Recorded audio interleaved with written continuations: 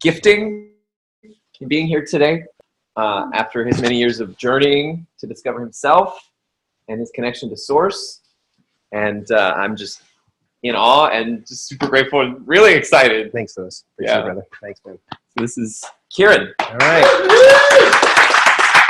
Hi, everybody. Thanks for having me. So I wanted to just, with the hustle bustle of life and the conversations and just me being basically sitting under a mountain for the last, 12 to 14 months, coming back into sitting, it has been pretty overwhelming for me. So I wanted to just take a moment. We can just close our eyes and just arrive here a little bit. Everybody close your eyes. If you don't, I can see you. So just close your eyes and just take a few deep breaths. Deep breath in, a little longer breath out. A couple more of those breaths for me.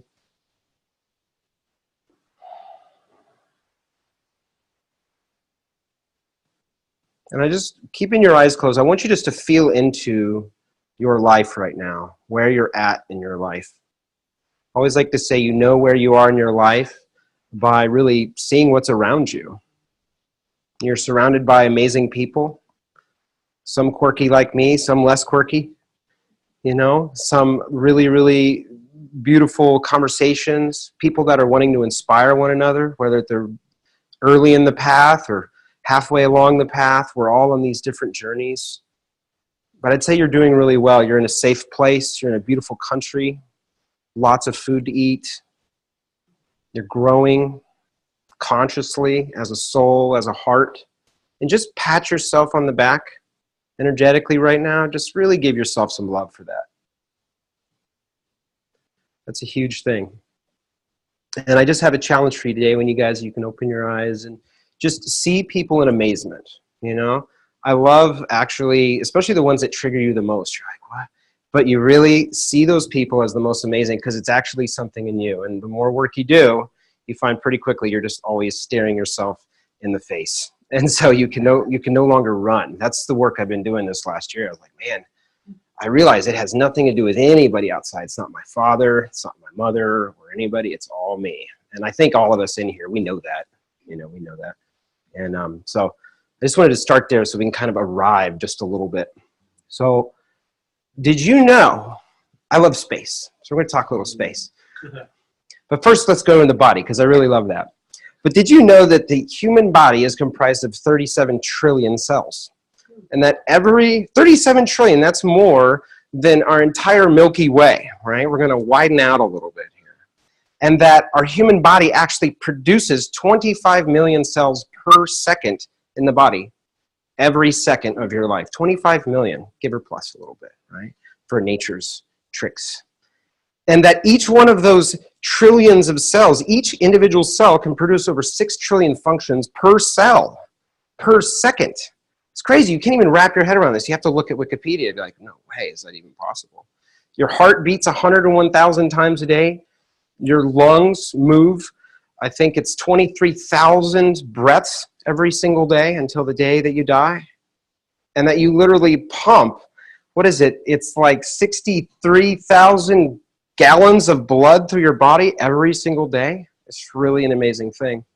And the reason I'm saying this stuff is that I want you to remember that all of these things are happening right now. You never took any classes in this, you never took any training, but there's this innate intelligence that's breathing us all right now.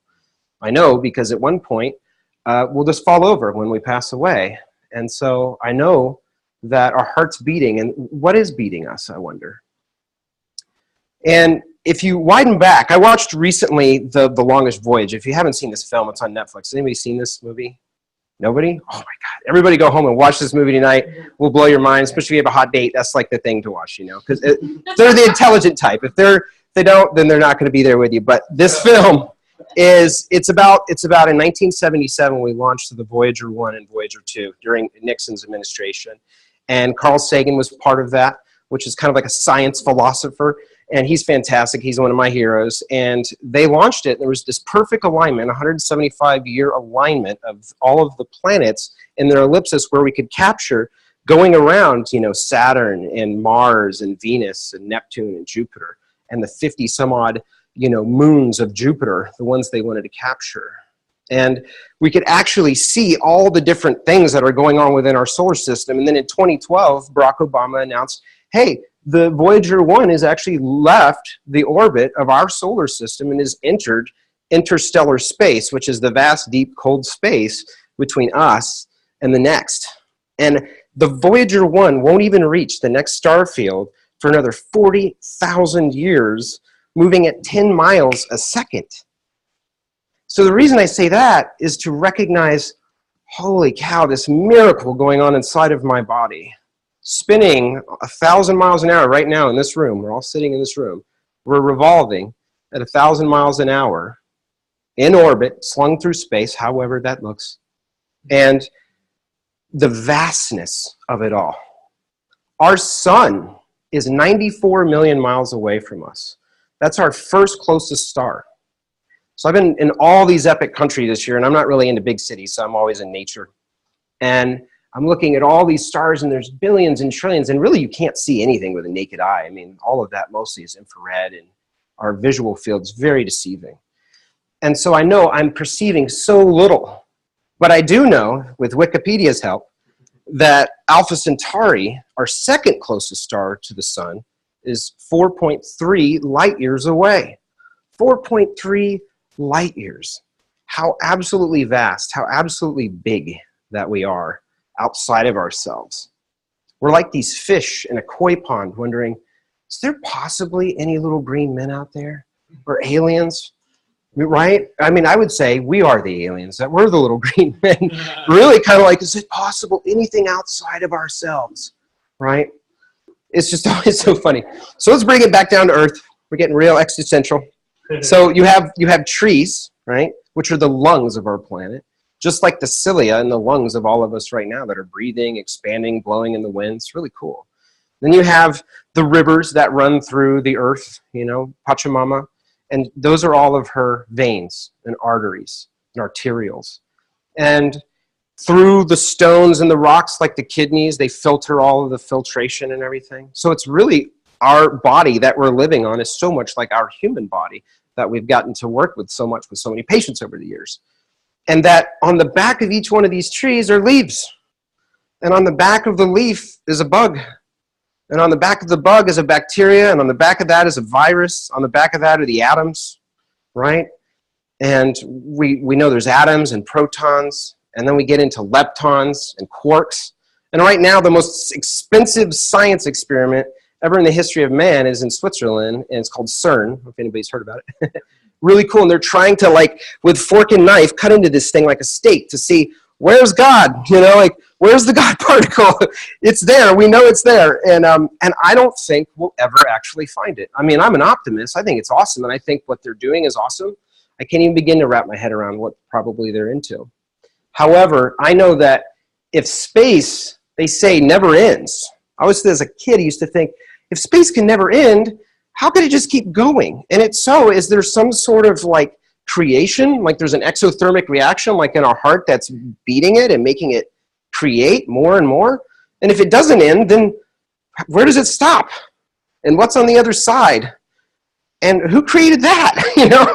At this point, my mind would like shut down in third grade and I'd be like, and I just couldn't function anymore. But I love thinking about stuff like that. And I want to widen that because I like to widen off the possibility of just what's going on this earth and really remind you that we're all here on a mission. We're all here on a journey. I really, really, truly believe that.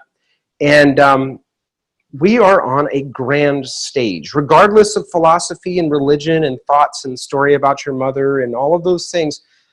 If there was a grand stage in the universe, we're on it. We're on this tiny little dot. Because when Carl Sagan said, hey man, you guys should turn your optics and look back at the Earth from beyond Pluto. And they're like, no, I don't think we can make it happen. He's like, take the photo. And it was one pixel, it was this tiny little pixel captured in a sunbeam. So everything you've ever known, all of your thoughts, all of your breakthroughs and breakdowns and possibilities and all of the stuff is that tiny little speck that wouldn't even beyond our solar system be even possible to see because we're not luminous like a sun, right? Most of what you see, all those stars, they're actually, those stars have orbits around them, and some of them a lot. So you're seeing stars, trillions, quadrillions, as much as the human eye can see, but around them is even more possibility of life. So I want you to just remember, like, wow, this is really an amazing thing. So I want to remind you that you're not small. You're here for a reason. You're here for a purpose. And we're now in a time where we're just starting to think like those fish in the koi pond. You know, we're starting to think. And so I like applaud you guys for being here and being the ones that are doing the work and surrounding yourselves with communities around the world that are doing the work. You know, I really know that we are all like these shiny diamonds. You know, we unearth them, we pull them out, and they have all the mud and the gunk on them and stuff, and that's all your story. It's all the past. And that light that shines the sun, right, that shines the stars, in some way is somehow tied to the light that beats the heart. Because in the heart, there's these little nodes, you know, like in ER shows, they clear, that you have this, what's called the sinoatrial node and the atrioventricular node that beat, right? This is beyond the electron transport chain, but there's some spark that gives it. Like, where is this coming from? There's this philosophy and theory that in this globe, you know, there's all these little pinholes, and there's a source light, right? Like maybe this thing would be round, and you'd put all these little holes, but that we are all these little apertures that emit the light if we allow it to. But if we cover the light, it doesn't emit. And the special thing about your diamond is that you have your own natural array. You have your own color, right? And when you hold it off, you're holding off your own gift. And this was a big reason why I left my practice after being here for so long. And the reason I want to talk to you about this today is that you hold a key for so much magic, so much power, so much infinite change for people on this planet. And, you know, Louis, you coming out here and doing this, you know, is amazing. I think it's awesome. I just want to tell you I'm really grateful for that. You know, inspires people to step out of their comfort zone. It's not comfortable for people to stand up in other people. A lot of people are like terrified of that stuff, you know. It's not my natural state, but I want to do it because I'm committed to grow. I'm committed to expand as a soul.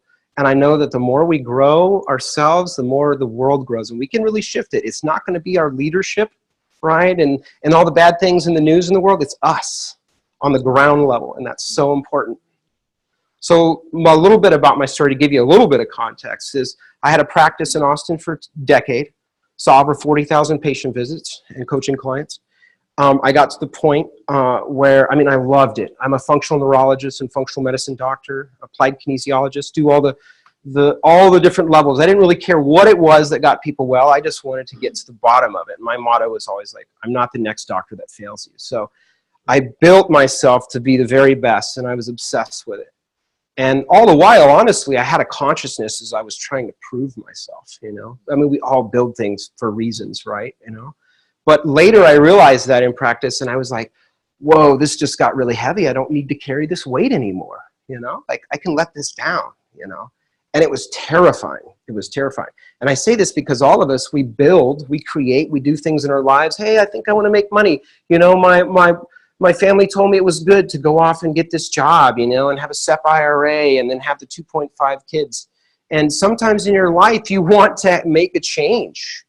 And it is freaking terrifying. I personally feel, I was like, okay, God, why am I going through this? I thought I was going to be this doctor and then everything was going to be great. And this is not what the pamphlet said. You know, I was very clear reading the trifold that it was going to look this certain way and it was going to feel really good, you know, and I was going to help people. And I love that, but there was something deep in my soul that I hadn't gotten to, because when they said, you know, little Kieran, what do you want to be when you grow up? Well, I want to be this or that, you know. I was coaching this young kid the other day. He's 13. And we weren't coaching, we were just talking, right? We're having this conversation. But I started talking to this kid. I was like, what do you want to do, man? Because he was leaning in on our kind of metaphysical conversations. I was like, oh, this kid's kind of cool, you know, he's kind of interested. So what do you want to do? And he's like, oh, I think I'm going to be a teacher. And I was like, well, so what, you know, why? And by the end of the short conversation, you know, I want to inspire and empower young kids through nature. And I was like, well, do you want to be in a room, you know? Do you want to make $27,000 a year working in a tiny little, you know, fluorescent lit room? And I was like, I don't think you want to be a teacher, you know? He was like, wow. And I was like, the point being is that we need to redefine the actual description of what's possible for business, for conscious community, for conscious creation. And this kid was like, wow. So I really wonder, you know, you never know when one conversation, what it'll shift people to as they move through. So I saw these patients, and then I finally said, you know what, I'm going to do this. I'm going to make the chance. And, you know, if this universe is so big and we're on the most grand stage, why don't we have a little fun with it, you know? Like, there's 20,000 children that die every single day on planet Earth of starvation alone. Every single day. And you don't want to think about this stuff because it's way too heavy to deal with as a human. You're like, I can't even comprehend those numbers, right? So I was like, well, we might as well have some fun and see where this goes. I've read all the books, you know, Surrender Experiment, those are good, you know, and I'm like, you know what, I'm going to surrender into this and just see where it takes me. So I really believe that we are expanding in our consciousness right now as a young civilization hung in the infinite multitude of stars. I really trust that for myself, that we are a very young civilization.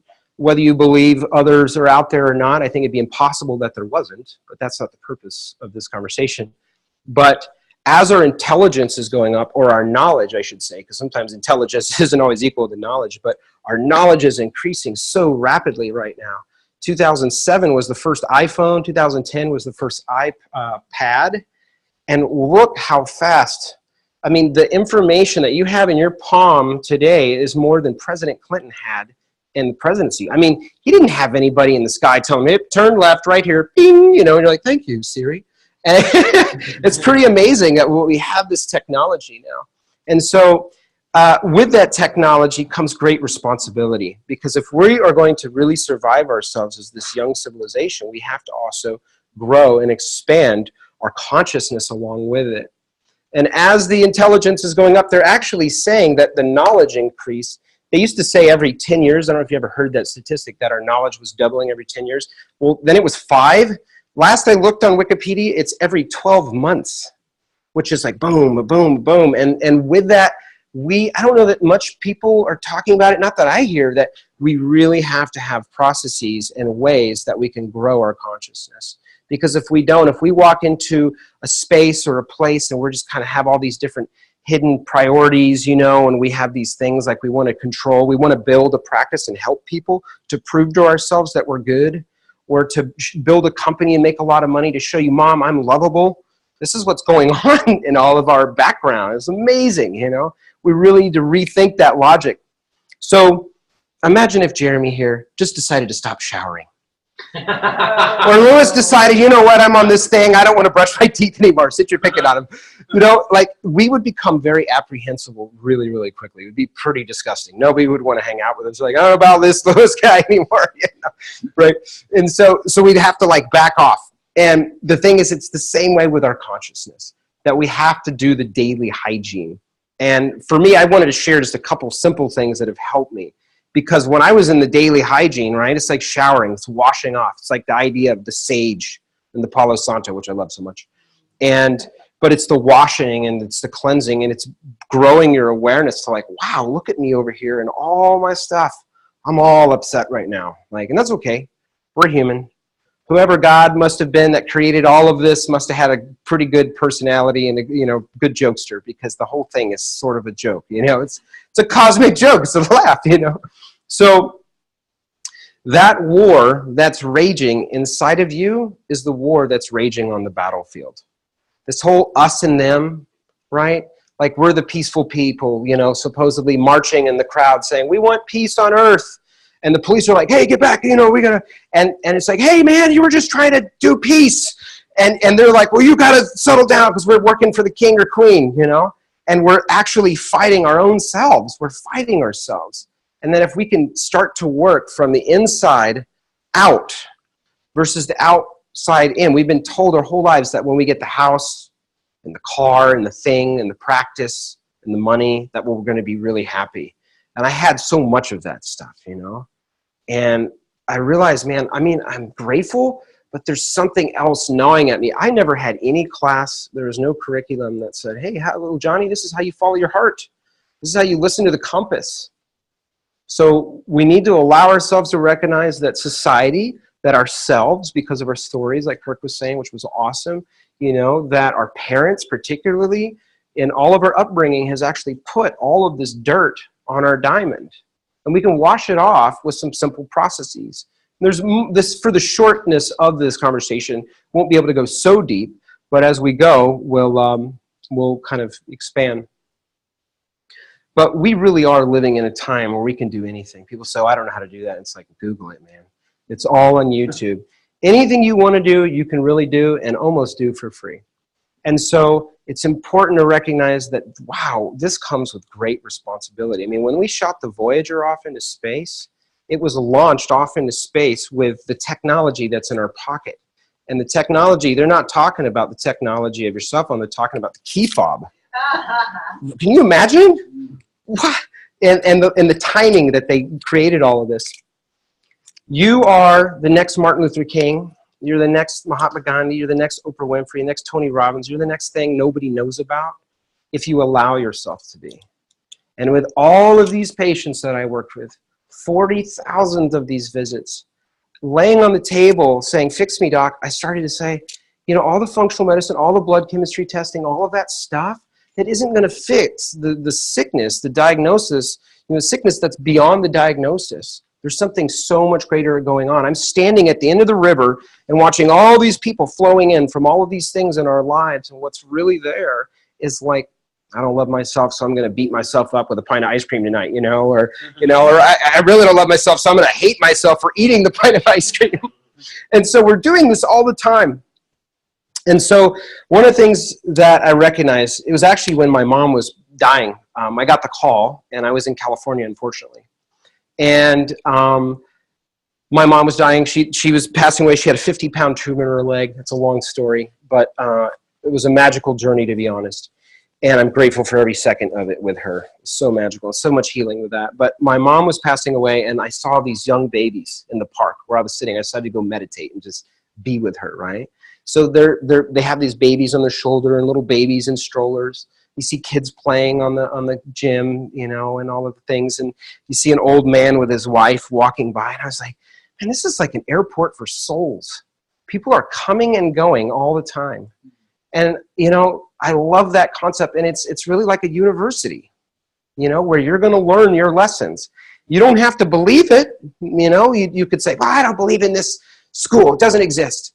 Well, maybe. I don't really know. This is the, you know, eternal rhetorical question that nobody will ever answer for any of us, unfortunately, which is part of the cosmic joke.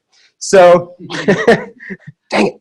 But ultimately, you're going to have the lessons in fear and love, or you're going to have lessons in doubt and lack and all of those. And I took a lot of the fear lessons early on, you know, especially going through the whole doctory thing. I would call physical chemistry. I don't know if anybody's ever had that class, or organic, and all of those, man, those were tough classes. Those are fear lessons, right? And you finally get out into practice, and I'm like, neurology, I loved all that. Quantum neurology, even cooler, you know, you get to use all these different vials, you know.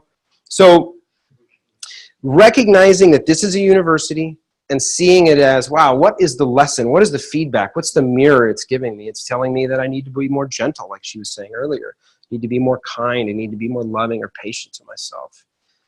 Because we all have this compass inside our being, like these birds that fly north.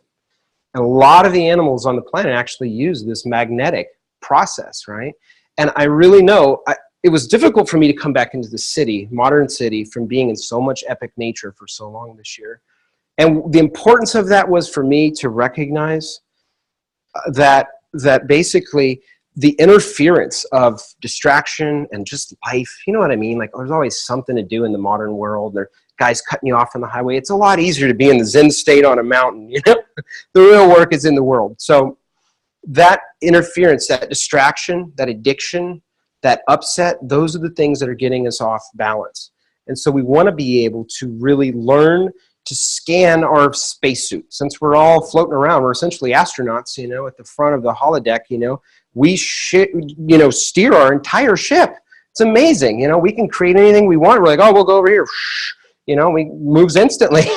So scan your dials. If you don't scan your dials and your instruments, you don't live very long out in the harshness of the space, you know, the environment. Scanning the dials looks like scanning your bodies. So basically what I love to do is just get quiet and I really just scan myself and I say, what am I feeling? You know, what am I feeling? Am I feeling tight? Am I feeling expanded? I'm feeling upset. And then I start to ask questions, you know, and so, well, I feel stupid. I feel like I'm going to make a fool out of myself, right? Would be one of them. And you want to get in the habit of just saying, and I love that. And this is one of the simplest things. You can start to do it, shifts it. And these are so tiny and so minute, you would say, well, that's not very exciting. But like, man, I got to do this thing today, and I love that. You know, I'm really worried about what's happening in the world, and I love that. And what I did the other day is I wrote this down. I started off to do 5 minutes. You know, all of the things, you know, I'm afraid to move off to Costa Rica because I should be getting, you know, I should be working and making money. And I love that. I wonder what's going to happen. Is this whole thing going to fall apart, this idea of following my heart? And I love that. And after a while, you don't want to just write it. You want to really feel it. And I love that. It's very important. It shifted me so much. I just kind of like something totally broke off. And the more isness of who I'm here to be, that all of us are here to be, was able to come through. And this is available for everybody. This is what I believe, the consciousness of whatever's going on, I feel it here. I don't know what to put my hands on. We don't need to.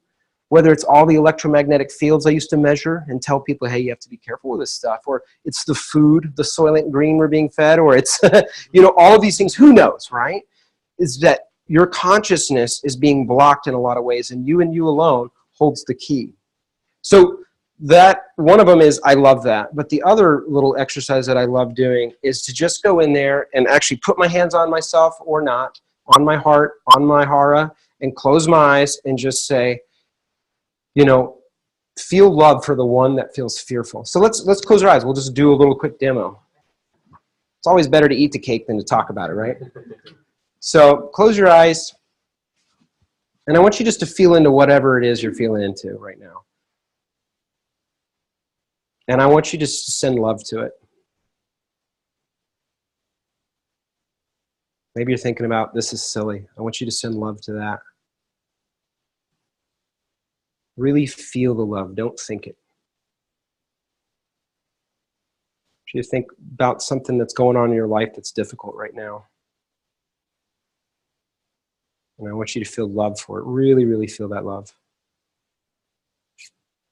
And I want you to feel the part that's judging it. Like, I didn't do this right, man. I totally messed this thing up. I want you to love that.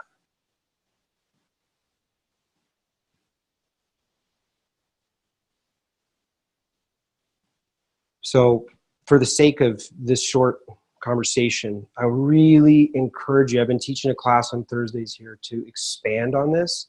It's so minute, so tiny, but it really, really changed my life. Because the main diagnosis that I saw with patients, autoimmune disease, cancers, brain tumors, I mean, some of those are idiopathic. We don't really know supposedly why they're and where they're coming from. But all of this stuff, fibromyalgia, chronic fatigue, it all relates back to a really deep sickness of we need more love. We really need more love. I beat the shit out of myself my whole young life. And on this journey where I was like falling apart, I would let it break off, and I loved it. And I let it break off, and I loved that. And now I realize I've actually redefined my job description. I'm taking the doctor out of the office into the jungle. And people are like, that's so freaking cool. Like, I want to come. I want to learn how to do what this is. I want to actually be able to inspire and treat people this way. And it's like I've opened up a whole new thing for myself. And you have the ability, Jennifer, to open up a whole new thing with yourself. What you want to open up with a little community thing. It's bigger than the drum circle. It's bigger than just getting some people together around the fire. If you want it to be. It doesn't need to be. But it's whatever you want it to be. And that's the coolest thing. And that's what freedom is. And so this is the compass. And the compass is, I've been going around, should I go left? Should I go right? And that is the coolest thing. Now, I got to tell you, in the modern day shaman world, in this world, this is a much harder place to hear and feel that compass, because there's all these little detractors that are, your compass is like, whoa, what's happening? And I was like, whoa, this is, and I felt really terrible. Matter of fact, when I landed here, I wasn't sure how I was going to function, because I was like, man, I am all mixed up right now with what's going on. And I had to really, so the lesson was the mirror. I was like, damn it, I have to reclaim my power. You know, and I was like, okay, I reclaim my power. I choose to step through this door consciously, to be who I am as a soul, to expand, to learn my lessons here, to grow and to evolve. So in order to tune that compass, some things that can be helpful is to really Feel into the body, right? That's number one, is to feel and scan always. This is your compass. This is your compass. Feel into it. To really start to play with a compass is to start to ask simple yes, no, left, right questions. Is this a yes? Like most of us in here in the growth process, there's always these different ways and paths that we can take. It's like, yeah, I want to do it. It's so exciting, but, oh, it's the money. It's usually the money, you know, or it's, oh, I don't know. I think I'm going to fail. I'm going to screw this thing up, you know. And so that, then you just sit with it and you love the part that feels it's going to screw it up. You love the part that's judging, and you love the part that's like, this is ridiculous, because if all these amazing people are doing what they're doing in the world, you can do it as well. There's no reason, especially all the leaders sitting here, the people that are standing before the audience that are wanting to help inspire and encourage the world, that you're the one that you can do this. You can totally do this. And that's our growth. That's our birthright. We are just now into society where, scroll back a little bit in the history of time, we were in the Great Depression, you know, the 1920s. Go back a little further, you know, we were Vikings and we were fighting with Vlad the Impaler, you know. Go back a little further and we were cavemen and women. And the best thing that a mom and a father had to give their child was, if you see anybody, club them in the head and drag them into the cave by the hair. Drag them into the cave by the hair. It's amazing. But that was great advice. But now our consciousness, our awareness is growing. You don't do that now. Matter of fact, it's terrible advice. Cancel clear. So we're learning as we go. As a young society, we're growing, we're magnetizing. So one is feel the feelings. One is getting a yes, no. The next one is really allowing yourself to be aware of your language. And Artemis is a master of this. You know, I'm amazed at his dedication to language. But mastering your language. And one of the simplest way without going through and learning conscious language, although it's powerful, is just say, and I love that. Because you'll find yourself saying it. We all do it, right? And is to really magnetize what it is that you want in your life, which is, I believe with the compass, it's the most powerful thing you've got is the feeling realm, the feeling body, is to feel what it is. Feel all of the necessities and all the things that you're needing, all the connections, all the people, all of the beverages, everything that's provided, it shows up easy, and just magnetize it. Because I'm actually living proof of this. And I'm kind of like, that's crazy. Is it really crazy, Kieran? You know, then I'm talking to myself. It's like, I can love the part of me that thinks it's crazy, because I decided, you know what? If there's so much going on in the world, and I really am small, right? In Landmark, you'll hear when you go that you pass away, and then they're like, well, Kieran was an awesome guy. Lewis was great. We passed the mashed potatoes, and you move on. You just move on with life. It's part of the thing. We make it so big. And we're down these tiny little planet. Let's remember how small and how big that we are at the same time. So trust your body. Trust your journey. And learn to love that body, because it's not that your body is, you know, at war with you. You know, you're not really the one on the journey. We're pure consciousness. We're pure awareness. We are wherever we come from and wherever we go to.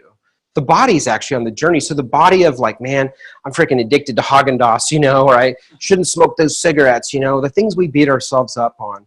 And those are the things that the body is actually constantly teaching us. It's giving us feedback, and it's saying, hey, man, love me more. So it's just a process of unearthing and loving more all the time. And I remember sitting on the side of the mountains in the Faroe Islands, which was an island off the coast of Iceland, where all the Icelandic people say, man, if you're traveling, this is where you should go. And I was sitting there and thinking, I can't imagine where I'm going next. I don't know what I'm going to be doing. And I said, what am I really here to do? Like, I don't know how to make sense of all these different philosophies and religions and concepts. But I said, the only thing I know is that I can either choose to serve creation and the creation of myself, and what I'm here to do to just deal with what's in front of me right now to empower people, or I can choose destruction, both of myself and of the world. And so I ask, you know, like, really allow yourself to make that conscious choice to step through that door, that threshold, and actually say consciously as a soul, I'm choosing to expand today. This is really, really powerful exercise to do. Just take a moment when you have some time and play with that. So this life is a series of doorways. It's like that film Inception, which I love, where everything's opening and the epic music. And we have these doorways, and what's amazing, the same key is always going to be used, and the key is love. You can never lose the key. It's always there. Oh, you know, I want to open up this thing, and oh, but the money. It's like, so what is that that's showing up at the doorway? It's like fear, it's doubt, it's lack, that this is we don't have enough in what we have in front of us. And like, so you just love the doorway. You come to the doorway and you love it, and eventually you'll actually unlock this doorway. And then guess what? There's another doorway. You're like, dang it. And you go through these series of doors, because on the hero's journey, you get to choose on the path, you know, like the dragon slayer, you know, are we going to slay the dragon and, you know, have this epic experience in life? Or are we going to say, no, I don't want to, you know, close the hero story. I'm going to put it down. And that story, that whole possibility shuts down. There's nothing left for you to actually do. So choose to step forward in your path. Choose that you are powerful. Know that that's true. Know that, you know, myself on the journey, I thought I was going to find some wise old men up on a mountain. And occasionally I did. And that still was happening. It's been amazing. And they would teach me very little thing, you know. They would mention, and it would be really inspiring. Wow, you know. But it wasn't this wise old person that I was imagining. But that out there, you're going to be guided when you allow yourself to, because these doors are going to open to you right where you need. And this calling is non-logical. The heart, the guidance of the heart, the compass is really non-logical. It'll take you to places that you thought, like, this doesn't make any sense. But the universe doesn't really work like that, is what I'm discovering. I show up. I ended up on a mountain one time, and because I said, okay, this was the first time I ever did this. I said, I'm going to go up this mountain. I'm going to follow my intuition. I'm going to go up the mountain, and I feel guided to make tea for some people. And I was like, I don't know who these people are. But there's nobody around, and I'm sitting there, and my friend Tori comes up and sits down with me, and she says, hi, I'm Tori. And I said, I'm Kieran. And she had her friends, and the first thing she said, she goes, do you know Don Juan Esteban from the Andes Mountains in Ecuador? And I was like, I do know Don Juan Esteban. And she goes, how? I said, how do you know this? She's like, you're wearing the hat from the ceremony. I just came from that ceremony 2 weeks ago in Ecuador. And the reason it happened is because I listened and I showed up. And I really know that all of us have this, that we always have had this. And one of the things that happened when we separated ourselves with concrete and bedrock and all of that good stuff, that we separated ourselves from the natural resonance, the natural frequency, the natural Schumann resonance that we come from. When we separated ourselves, we separated our compass. And without our compass, without our guidance, we've lost our power. So as conscious beings, eating healthier, high-vibing it, you know, listening to all the awesome things that get our vibration up, we need to be very conscious of, I have a compass, I have a crystal, right? It is a crystal compass.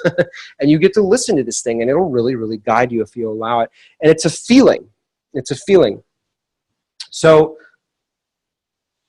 you know, on the journey, like I was saying with the old man up on the mountain, it turns out there's not a lot of wisdom that was dropped on me out there from these gentlemen, just a little bit, but that they were just a little further on the journey than I was. Just a little bit further. And let me be some proof for you that this can happen, because I'll tell you the short story in wrapping this up is that the first place I went, I was like, okay, I'm letting go of this income, which was really, really good. I had a great car. I had a great relationship, a girl I loved very much. And I had to kind of clean all that stuff up. And it was a lot to like disconnect. I'm actually coming back in Austin to disconnect a little more, you know. And I said, okay, compass, where do I go? And it said Costa Rica. And I was like, Costa Rica? I've been to Costa Rica. I love it. But I could go anywhere in the world. I'm going to Costa Rica? It's right there, you know. I want to go somewhere exotic. My ego would love that, you know. Costa Rica. It's like, dang it. So I arrive in Costa Rica. I land only a few days in. My dear friend Colette, some of you guys know Colette. She's a wonderful lady. She's from France originally. She calls me, hey, Kieran, I love you. I'm in Costa Rica with my husband. Just wanted to tell you I love you. And I say, Colette, I'm in Costa Rica. Where are you? And she was half a minute away from me. You know, it's a pretty big country. I mean, you know, it's hard to travel. She was right over the hill. She comes and picks me up. We travel all around for 2 weeks. She drops me off in this tiny little town called El Castillo, which I don't know anything about this town. I'm like, this town is rather unremarkable. And I end up going on a river hike with her. It was the last thing that she wanted to do before she went home to the U.S. So I was like, all right, I'll pay $90 to see a waterfall. To this guy that ended up being a good friend of mine named Mikey. So Mikey takes me on this this hike through this epic waterfall. Then after they leave, we end up on this gorgeous lake, Arenal, right? right? It's an 80-mile lake. It's absolutely razor flat. And I'm kind of just, Mikey. I said, Mikey, you know, it's okay for you to forgive yourself now, because he had left his whole life. His best friend had killed himself. It was a terrible story, right? What this guy went through. And we all go through these kinds of things. He lost his whole business, became an alcoholic, literally lived in the mountains of Costa Rica in a lean-to shack. He didn't have a house or anything, but he literally lived in this shack. And this guy was kind of like, he'd never forgiven himself. And I said, it's okay, you forgive yourself. We're doing this work. He said, man, you are a miracle for me. You're an angel. And I was like, how am I an angel? How am I a miracle for you sitting on this boat? And he goes, well, dude, I was praying just a week ago and saying, God, give me a sign or I'm going to kill myself. If it's okay for me to forgive myself and move on in my life, then give me that sign now. And he's like, you're that sign. You're literally sitting here and you're telling me this. And what's more is your name is Kieran. My ex-wife's name was Kieran. He goes, what are the odds of that? For somebody living in the jungle, that's a miracle for me. And he just cried, he broke down. And I was the first time I realized, wow, you can really be used and utilized in a way that you don't even know if you surrender and say, I want to be used and utilized in a way that, please show me that.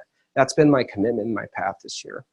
And so allow yourself to be used, because we're tiny little creatures floating on this tiny little pixel, and we're floating through the universe. And that this is possible for you if you want. Let your heart shine, let your soul shine, and really check in with yourself and ask yourself, what do I really want out of my life? You know, it's so busy. This is why nature is so vital to our natural environment. What do I really want? What do I really want to give people? I had no idea that a year ago, 14 months ago now, when I left, that I would be having this conversation. I was scared to death, but I just kept going to the doorway, unlocking, next doorway, unlocking, and here we are. And I'm still sort of in the free fall. Like, you leap and your wings will catch you. Like, I can tell you that. That's all I know at this point. Mikey sitting on that boat said, you need to meet Nico. And Nico has this beautiful 100-acre food farm out there. And we've talked recently. And apparently after I treated him and his village, he's had a lot of huge things happen, including losing 100 pounds. He got really inspired to do healing work. And he's like, bro, he's from Spain. Hey, bro, I want you to come out here and I want you to help me build this thing, you know? And I was like, man, Mikey, what I want to do is I want to build an academy. I was thinking with my friend the other day, I want to create things that are going to help people. Like, it's like an academy to open more light onto this planet, like this globe with the light shining through. We just got to clear the portal for people, clear their hearts, clear the physical issues. Can combine all the functional medicine and functional neurology and all the nutrition, all the healing, all the breakthrough stuff, and bring it into nature, and then send these people out into the world to be empowered, to send these people out in the world to have community. And so that's where the next step is for me. And so eventually the next stage will unfold, and it will unfold for all of you. And I tell you this story not for me, I tell you the story for you, to really trust that, because we all, you know what I mean. I should have gone left. I knew it. I knew. Should have called. Oh, you just, yeah, I was just thinking about you when you called, you know. Some people naturally have us a little more accessible, but trust that. That's everything. We miss that tiny little thing in there. You miss everything. I really believe that. So allow it to guide you. I love you guys. I believe in you. And yeah, it's good to share with you. Thanks.